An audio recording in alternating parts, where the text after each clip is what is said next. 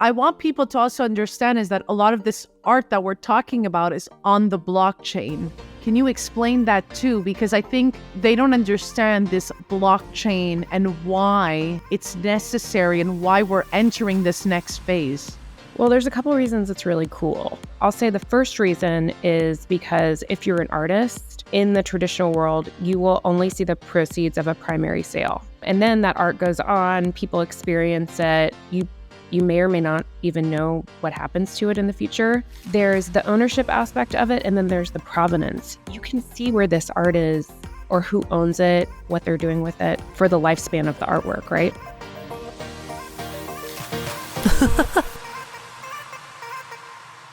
Welcome back to another episode of Girl in the Verse, the video podcast, the place to be if you are new to Web3 and curious about crypto, but without getting too technical. Now, last month, most of you, about 70% of you, did not subscribe to this channel. Now, can you please do me a favor and hit the subscribe button? This allows me and my team here at Girl in the Verse to keep bringing on guests to help us better understand business, marketing, crypto, NFTs, and much more. I mean, when I started in this space about a year ago, I wish there was someone like me asking the questions, getting people excited about this space, getting people to understand what it is we're talking about without, again, getting too technical because or else, we lose people. So if you love this channel, please subscribe. I really do appreciate it. Like we always say, the more people that subscribe, the better the guests, the better the conversations. So please take this moment to subscribe, hit the like button, share this with your friends. Now, today on the show, we've got Hannah Siegel-Gardner, who is the Chief Marketing Officer of Art Blocks, the company dedicated to bringing compelling works of contemporary generative art to life. Hannah, thank you so much for being here.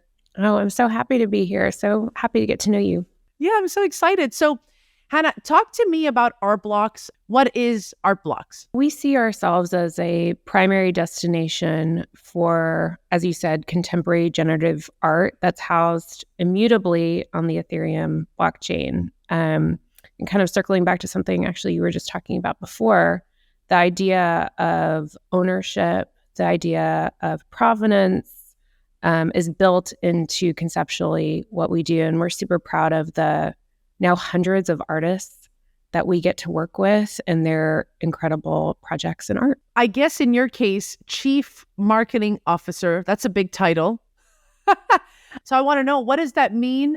What is your role here at Art Blocks? Explain to us a little what you do.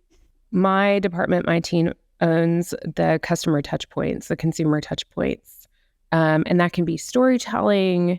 It can be understanding how to distill really technical information to people in the way that they want to receive it. It can also be bringing those in real life experiences that I think we're all craving that are such a part of the ecosystem, really my favorite part to life. So that's really where we step in and get to bring to life all of the really creative and excellent work that is coming out of Art Blocks and show it to people. For those who are probably new to Web3 or they're artists or creators, explain to us how Art Blocks works for them, right? Like the artist or the creator that either drew something, painted up something, I'm not sure, whatever it is that they're doing, how does it work for them? How can they, get themselves, maybe partnership with Art Blocks? How does it all work?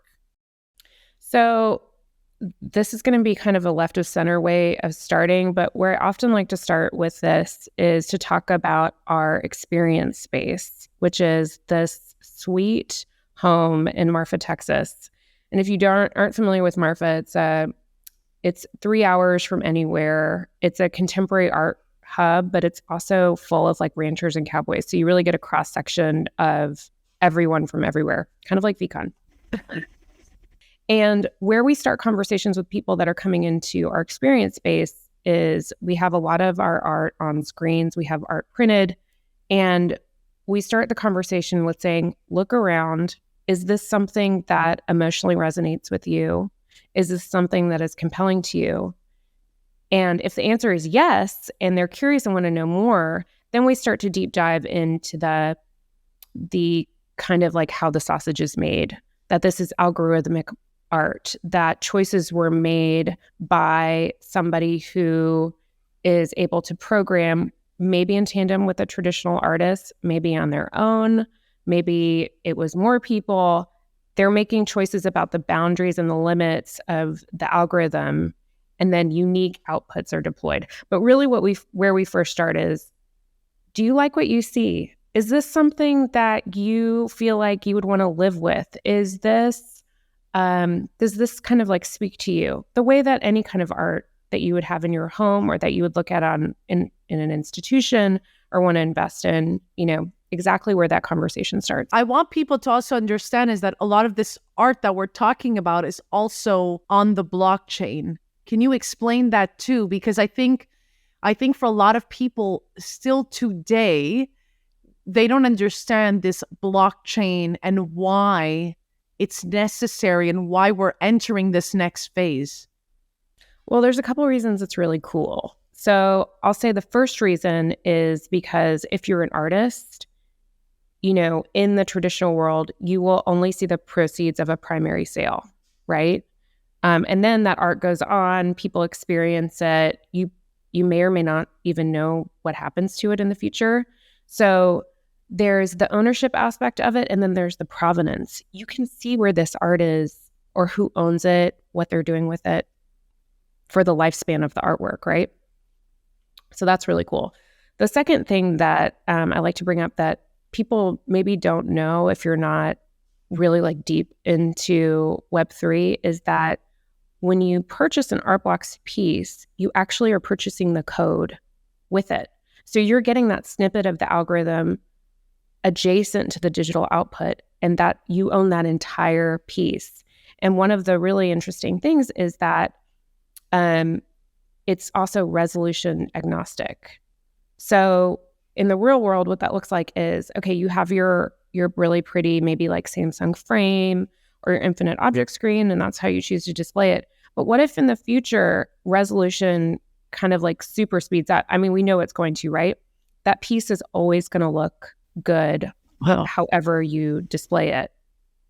And in fact, one thing we have done now 2 years in a row is Samsung, they have a building in New York City, and they have this gorgeous 3-story LED screen, and we put artwork on there and it works. It's flawless. Wow. So yeah, those are the really cool things about being able to house your work on the blockchain. And that, the other part of it is that I worked in contemporary art previously, is, you go into a museum and they're showing you maybe 10% of their permanent collection. That's what you get to see, right? With this kind of art, anybody can see it at any time. It's not behind a locked door. It's not privately held in somebody's house. So there's this kind of access, this really kind of universal, interesting opening of the door to anybody who wants to explore the artwork and see it and imagine what they could do and be inspired by it. Now, would these pieces of art, would they be considered NFTs? How does that work? That's right. So you have your digital output. It's also a non-fungible token, and that's how it's housed on the blockchain.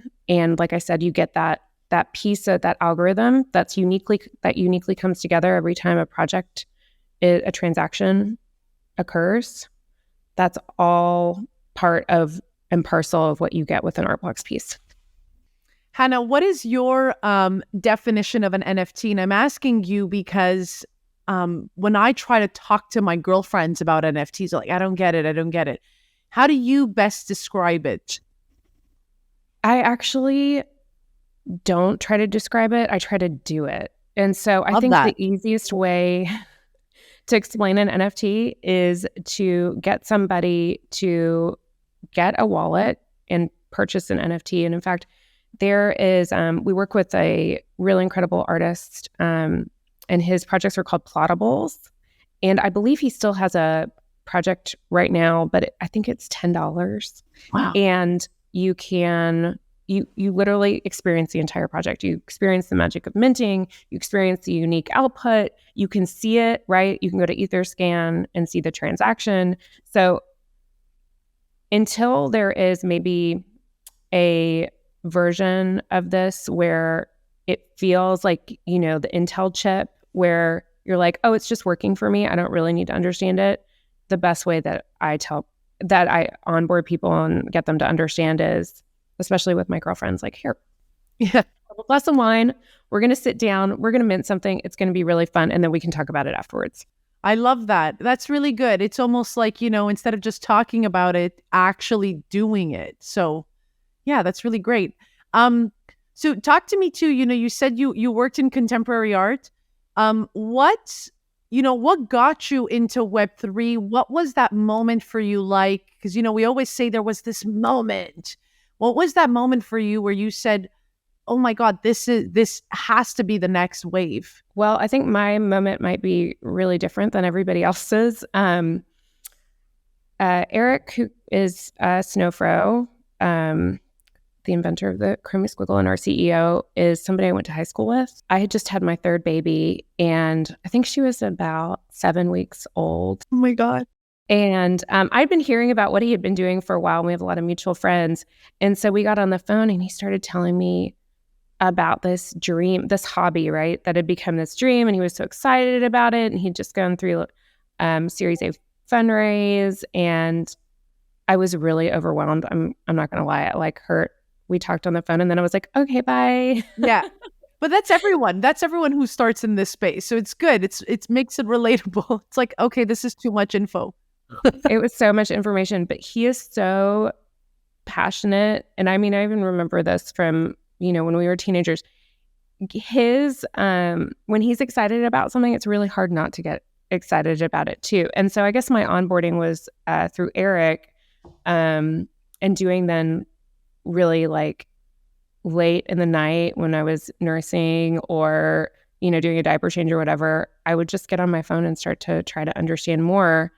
And what I quickly learned was there were some resources like what you're developing, this content that you're developing, where kind of breaks it down for people and it makes it digestible. And then there was this content where I was like, oh my gosh, I need to be a software engineer to even try and tackle. Yeah. I don't even know what all these acronyms are. I'm just going to glaze over and like the next thing. Before you continue, what were you searching? Like, what was that Google search the first time? Do you remember at all what it was? I think first I tried to understand what a blockchain was. I definitely started there. And then I got really confused because, there's a lot of different definitions of blockchain. There were 1,000 different blockchains. Everybody was developing their own blockchain, right? And then I started to try to understand what an NFT was. And that's really, I finally understood why Eric was so passionate about what this could mean for creators. And then I went on Art Blocks and I minted a piece. And then I was like, oh, okay, I totally get it. So take me back. What is it that you understood with the NFT and then with the art block? What was that? Okay, now I get it. What was it? I think just coming from the contemporary art world, I worked at a contemporary art museum, and seeing all of the work, I could see it, right? And I could see private collections, and I could see really like these incredible bodies of works that had been archived, and nobody was getting to experience them. And I just always thought it was so sad, because you take an artist, even like these huge installations that are outdoor installations, like Walter de Maria is a really good example, right? The lightning fields in New Mexico. Unless you are, I don't know, I think they bring like 100 people through there a year. Unless you know about it and can get yourself there and make a reservation, I don't know, 5 years in advance, you'll never see it in person. And what I loved about this new contemporary art form was the idea that anybody can look at it and it's going to be experienced in the intentional way that the artist wanted it to be experienced, right? It's not opening up a book and seeing a photograph of it. It's really the way that the artist wanted the audience to interact with it. And so I just thought that was so great. And then the other part of it was you think you own the art, but the artwork sometimes owns you. And it's the conservation, it's the the ensuring of it. It's the passing it down. What if your children hate it? I mean, maybe you loved it, but your children hate it and they're like, oh, I'm just going to like, I don't know, leave it outside or put it in a garage sale, right? The idea that this artwork will be there forever. I mean, and there's no caretaking involved in it, right? It's just you own it on your own terms, I think is really kind of incredible. Walk us through that because, we were talking about, I mean, for myself as a content creator, that's what clicked for me when I entered the space. It was this notion of owning my work, owning what I put out there online, because heads up, whatever you're putting on Instagram, you don't own. So, and a lot of artists would take pictures and then post them on Instagram, right? A lot of photographers, I think about a lot of artists who, utilized Instagram to sort of build that community or to showcase their art, right? So how does that differ now when we talk about Web3? How would you say that differs? So you have that certificate of authenticity, and it's not something that's owned by Instagram, and it's not in the back of a frame, right? Everybody can see it. I mean, it's universally acknowledged. There's a primary receipt, and it's really interesting the way that people are using it. We use it as part of the art, but, we're also exploring ways that it can provide utility. As a marketer, it's really interesting because you can see data attached to where this art kind of like goes in the world and people's buying habits and how things are kind of like floating through the ecosystem. So, but like from a creator point of view, I would just be so reassured by the idea that and from a buyer point of view, this is the real thing, right? That this is what the creator put out into the world, and then it's uniquely owned by you because you have that algorithm, right, as proof that this is the piece of art. I mean, you have the front image, but then you have everything that goes into it. The chromie squiggle at this point has become, I don't know, like a staple, a classic in this space. What else can you tell us about working with Snowfro? You guys just did something amazing at VCon with the squiggle. What was that like? I think one of the great parts about Eric is that he is unchanged, even though, the past few years have been wildly successful. And so anybody can come up and talk to him and have a conversation. His door is always open. And I think, the Chromie School is so lovable. Like, I mean, it's beautiful and it's an incredible illustration of the technology, but it's also so fun and joyful that I think that people experience that when they see it, and they get attached to them in a way that, really becomes like a part of their identity. I mean, I see them embroidered on hats. I see them, as people's kind of like avatars on t-shirts. Yeah, and I love it. And they're, and especially if you have your individual one, I think the really neat thing was the way that Eric deployed that project, because he gave them away and he still does. And so you have the relationship with the creator, right? If you have a primary squiggle that was minted to you, there was probably a reason that you got it. And there was probably some relationship with Eric. And I think that's what's nice too about this space is, I've been preaching community and, building out your 1,000 true fans or, your audience or, whatever you want to call it. But with this, like you say, owning something just allows you to get more involved. Just automatically, you just want to get more involved. You want to see that artist, they have, some event, you want to go, you want to go give them a hug, you want to go talk to them. You just automatically get more involved. It's almost like when we say, you vote with your dollar. This is sort of the same thing. Whatever you're owning, you sort of, want to be a part of it all the time. We talk about that actually at Art Blocks often, because when you think about, I'm going to just go back to institutions, right? You have no accessibility to the artist, but our artists are literally on Discord all the time talking to people and available. I mean, I don't know any other like place in the art world that would be possible. That's awesome. It's true. You'll walk into a museum, you're like, oh, I wonder what the artist meant with this, but you'll never know. This way, you can get an answer. You could get something. What is coming for Art Blocks? What are the next 5, 6 months, maybe year looking like? What are you guys working on? We are kind of refining our craft, right? We had the great kind of last 2 years that everybody else did. We are making deeper investments in our community. The other thing that we're really excited about is the kind of like white label technology part of our business, which is called Art Blocks Engine. And so we kind of touched on this a little bit before, but what are the other kind of like creative explorations or utilities or kind of like interesting conceptual projects that can come to life when we let other people use the base layer of our technology? And some really interesting things are happening. One of my favorite projects is a partnership that we did with a company called Trem. And they are a textile company. And they worked with an artist named Alexandre who's a beautiful artist, and actually did a project with us called Friendship Bracelets. And what Trem did is they enabled a 3D loom to print Alexi's algorithm. And so these wall hangings, these beautiful wall tapestries came to life from the algorithm. I mean, this is kind of like mind-blowing, right? Like, how does that even happen? And this, that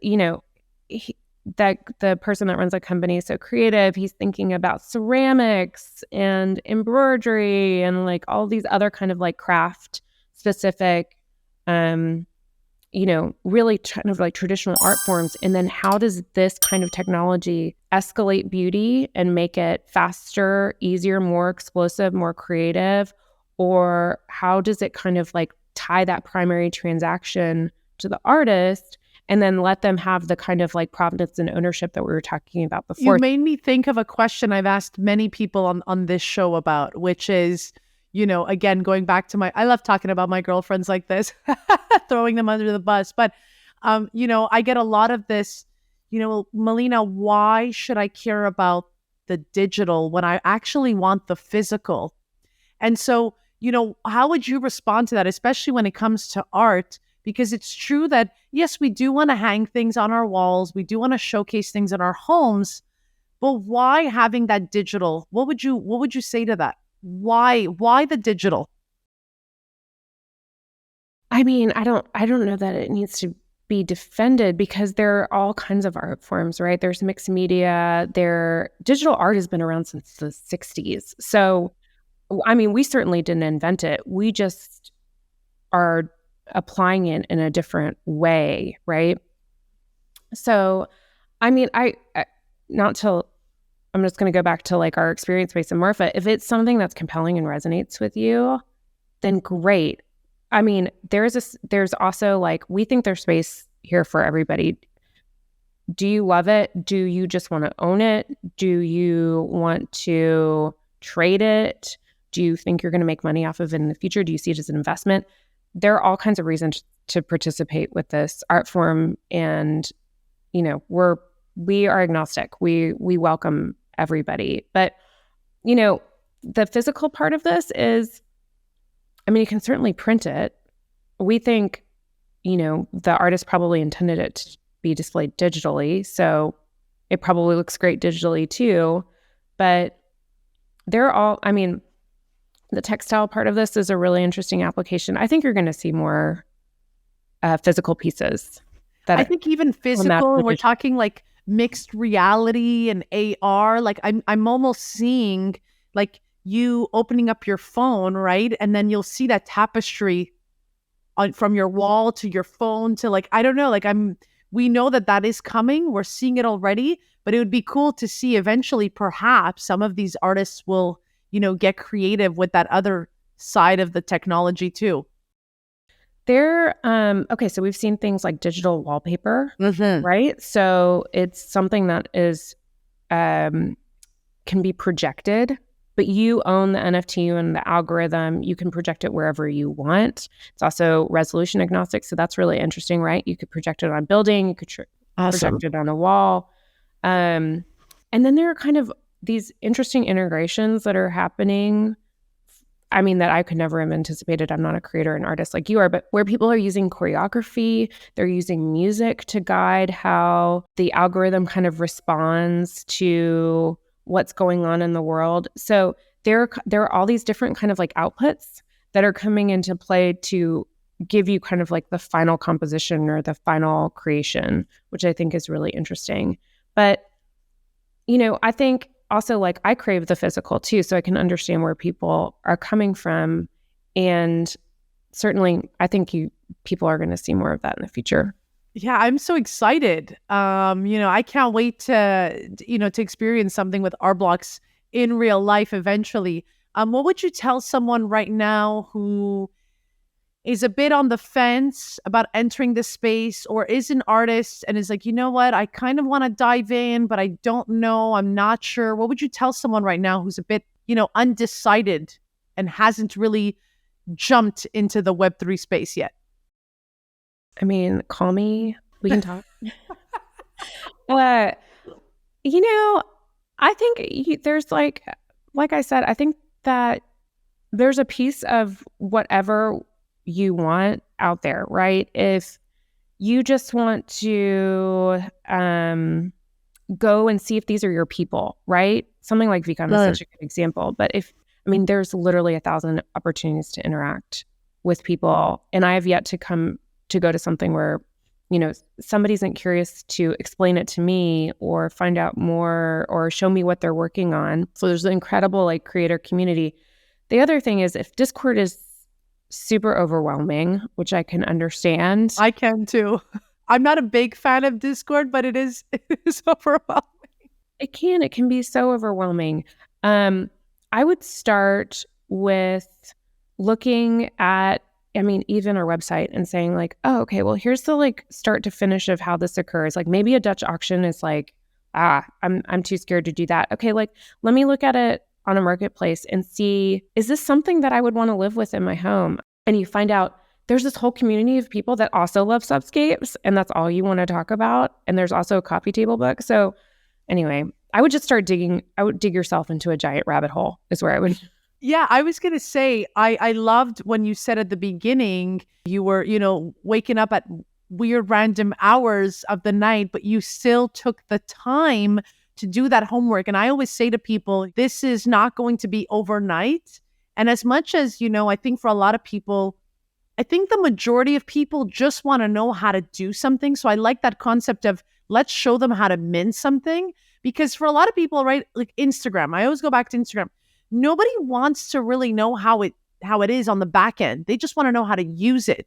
So the same with Web3 is almost like, let me show you how to use it.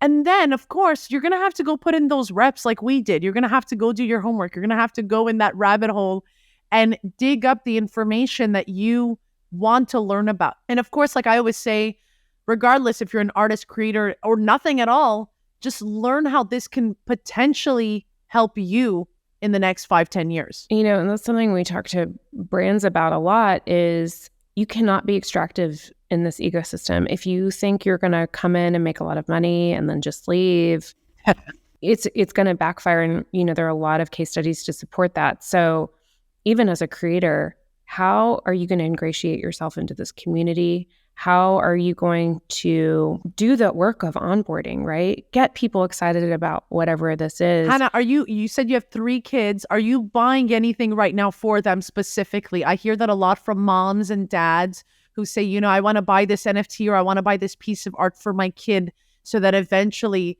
I can give this to them. Oh, interesting. Well, it's I think just working in this business, my 8-year-old can very clearly define what Art Blocks is, which I think is really interesting. But, no, I don't know what they'll want. I want them to be able to make a decision about what they'd like to have. I will tell you another like aha moment for me, which maybe you've heard from other moms is last year for Christmas, my 8-year-old asked me for Robux, not like a Lego kit, not like a stuffed animal. He wanted Robux. And I was like, you want a digital asset for Christmas? Because he wanted to like he had the avatar that he's like, it has spaghetti here and I want it to look cool. And so I need Robux to like make it look cool. And I was like, it may like skip a generation, but like this generation, we won't be explaining this to them. They'll totally just get it. It is fascinating to me, part of my ethos and mission and vision is to, of course, I attach myself and I see young girls coming up to me at these events and their moms coming up to me. But hearing about this, I hear it from a lot of my friends who are even young moms, infants, and they're like, are you sure we're going to be online? Are you sure this digital thing? And it's like hearing this again, it's just, it really is where we're going. And the kids just get it, don't they? They just understand I'm saying for some reason, but they just understand. Yeah. And good on you for being, providing representation, because what did I hear? It's like 10% of Web3 right now is male. That's a horrible statistic. So, and I'm sure this happens to you too. And I would be curious to know if this happened to you at VCon.